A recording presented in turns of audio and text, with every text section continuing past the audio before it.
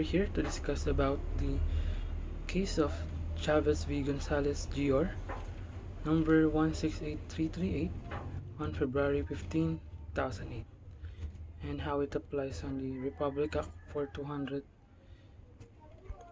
So, this case, GR number 168338, involves a petition for the writs of certiorari and prohibition filed by Francisco Chavez against Raul M. Gonzalez in his capacity as the Secretary of the Department of Justice and the National Telecommunications Commission, or NTC. The case arose from the events that transpired a year after the 2004 national and local elections, a period marked by disquiet and unrest. Here are the key facts about this case. Congress, acting as the National Board of Canvassers, proclaimed President Arroyo as the winner in the 2004 presidential elections.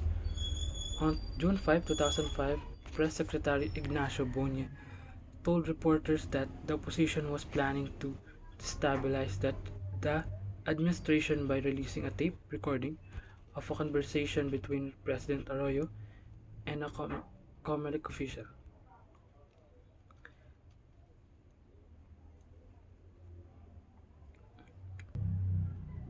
The tape recording, known as the Garci tapes, was aired by several radio and television stations, despite warnings from the government that broadcasting it would be a violation of the law.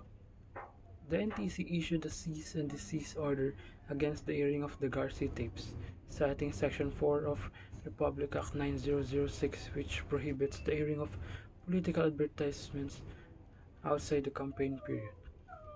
Chavez filed a petition for certiorari and prohibition, arguing that the NTC order constituted prior restraint and violated the constitutional guarantee of freedom of speech and of the press. The Supreme Court ruled in favor of Chavez, stating that the NTC order constituted prior restraint and was therefore unconstitutional.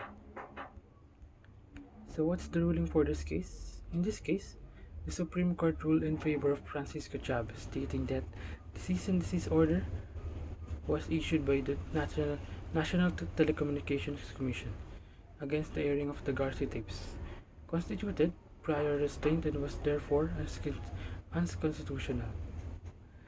The court held that the order violated the constitutional guarantee of freedom of speech and of the press, and nullified the acts, issuances, and orders of the respondents that curtailed the public's right to freedom of expression and of the press, and to information on matters of public concern, specifically in relation to information regarding the controversial tape conversation of President Arroyo.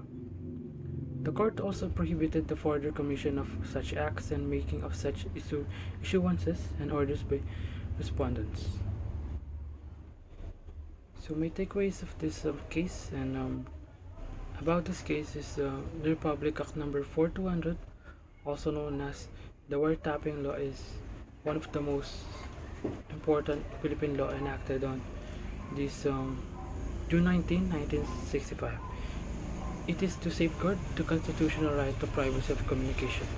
The law prohibits and penalizes wiretapping done by any person to secretly overhear, intercept, or record any private communication or spoken word of another person or persons without the authorization of all the parties of the communication. This law also intends to stop the practice of government officials of spying on each another, which leads to the NTC to issue a cease and desist order against the airing of the Garci tapes,